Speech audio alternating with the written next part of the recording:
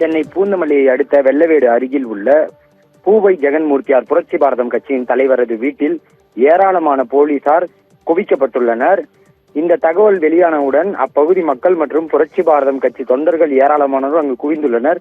இதனால் அங்கு பரபரப்பான சூழல் ஏற்பட்டுள்ளது. போலீசார் கைது செய்வதற்காக அங்கு குவிக்கப்பட்டுள்ளனர் என்ற தகவல் வெளியாகியுள்ளது. அதற்கு ஏற்றாற்போல் ஏராளமான போலீசார் தடுப்புகளுடனும் கூடுதலான தடுப்பு படை போலீசாருடனும் அங்கு குவிந்திருப்பதால் அந்த தகவல் உறுதி என மக்கள் நம்புகின்றனர். அதே சமயம் இன்னும் உறுதியான தகவல் வெளியாகவில்லை, அவர் கைது செய்யப்படுவாரா இல்லையா என.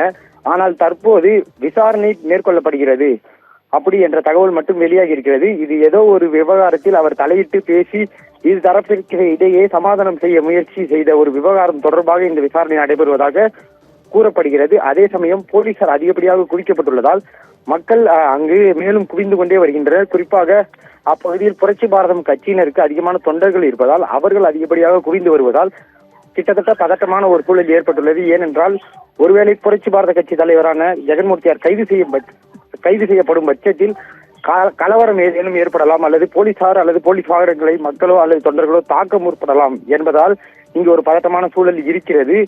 அதே சமயம் ஆம்புலன்ஸ் வர வைக்கப்பட்டிருக்கிறது.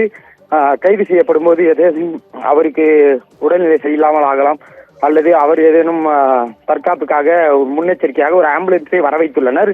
இருப்பினும் இங்கு இன்னும் பதட்டமானது குறையவில்லை.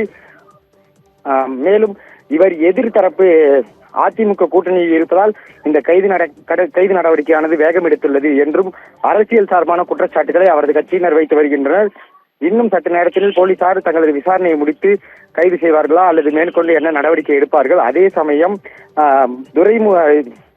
ஜெகன்மூர்த்தி தரப்பில் என்ன மாதிரியான சட்ட நடவடிக்கை மேற்கொள்ளப்படும் என்ற எல்லா தகவல்களும் அடுத்தடுத்து தெரிய வரும்.